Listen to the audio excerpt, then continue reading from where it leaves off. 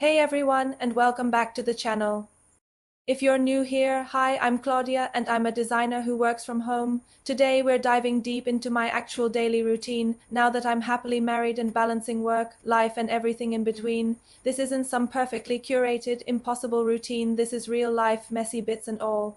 So grab a coffee, get comfy, and let's spend the day together. Transition, morning vibes, maybe a shot of a sunlit window, okay? So let's kick things off with the early morning. My alarm usually goes off around 6:30 a.m., but let's be real. Sometimes it's 6:45, sometimes I hit snooze a few times. No judgment here.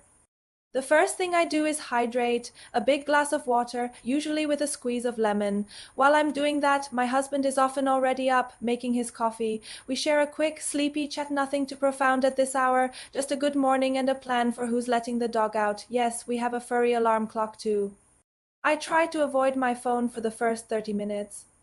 It's a small habit, but it makes a huge difference in how I start my day feeling centered rather than immediately overwhelmed by emails or social media. Transition skincare routine next up is a quick self-care moment. For me, that's my morning skincare routine. Nothing fancy, just a gentle cleanser, a vitamin C serum, and sunscreen. Even if I'm not leaving the house, sunscreen is non-negotiable, especially since I sit by a window to work. It's a little ritual that helps me feel fresh and ready to face the day. While I'm doing this, I might put on some calm music or a podcast, something to ease me into the day rather than shock my system.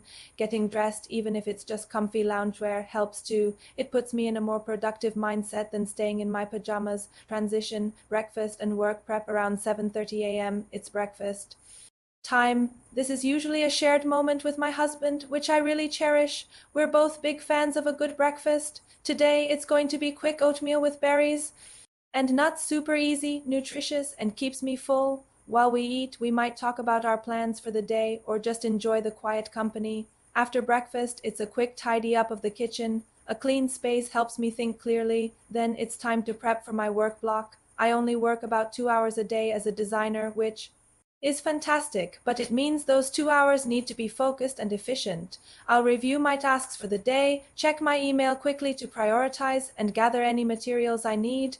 And now for the main event, my work block. From around 8:30 a.m. to 10:30 a.m., I'm deep in design mode. I usually close my office door or put on noise-canceling headphones if I'm working from the living room and completely immerse myself. Today, I'm working on some new branding for a local small business, super exciting stuff. This focus time is critical because it's only 2 hours. I'm very intentional about what I tackle. No distractions, no social media scrolling, just pure creative flow. I find that having this concentrated burst of work allows me to get so much done, and then I have the rest of my day free to pursue other passions and responsibilities. It's a huge privilege, and I try to make the most of it. Transition, post-work unwind and errands, okay, work block done. It's 10:30 a.m. and my official workday is over. How amazing does that feel? But the day is far from over. I like to mark the end of work by getting up, stretching, and stepping away from my desk completely.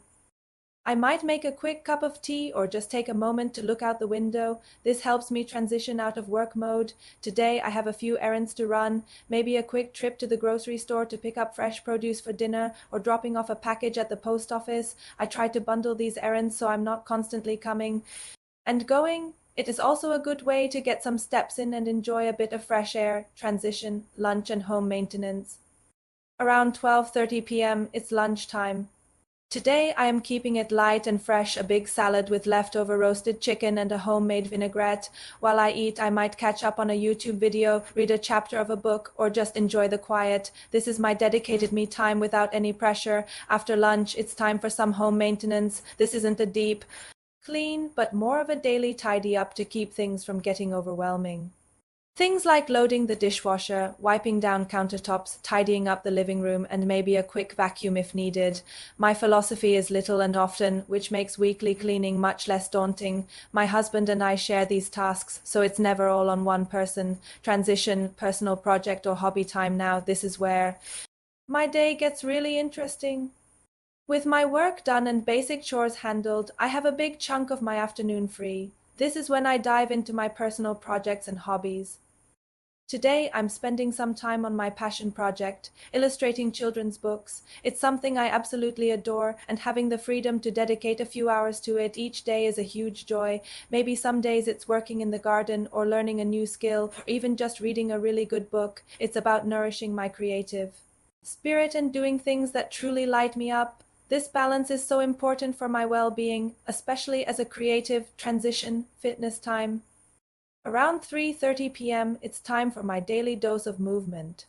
Exercise is a huge part of my routine for both physical and mental health. Today, I'm heading out for a brisk walk around our neighborhood. Sometimes it's a yoga session at home or hitting the gym for a strength workout. The key is consistency and finding something I enjoy. My husband often joins me for walks, which turns it into another opportunity for us to connect and chat about our day.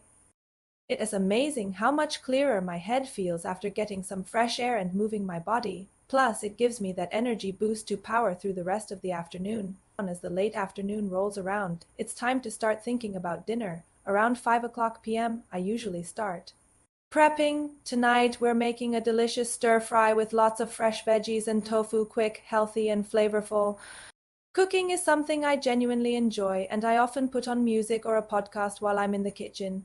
My husband usually joins me in the kitchen when he gets home from his office, and we cook together, which is another lovely ritual for us. After dinner, we clean up the kitchen together. Then it's all about winding down. We might watch a show, play a board game, or just curl up on the couch and chat. Transition, evening routine, and closing. Finally, as we approach the end of the day, it's my evening routine. Around 9:30 p.m., I start preparing for bed. That means another quick skincare routine, brushing my teeth, and putting on comfy pajamas. I try to avoid screens for at least an hour before bed. Instead, I might read a book, journal, or just spend some quiet time reflecting on the day. My husband and I usually read in bed for a bit before turning out the lights. Getting enough quality sleep is absolutely essential for me to feel good and energized the next day. And that, my friends, is a pretty accurate glimpse into my daily routine as a work-from-home designer. It's not always perfect. Some days are more chaotic than others, but it's our routine and it works for us. Thank you so much for spending the day with me and watching this video.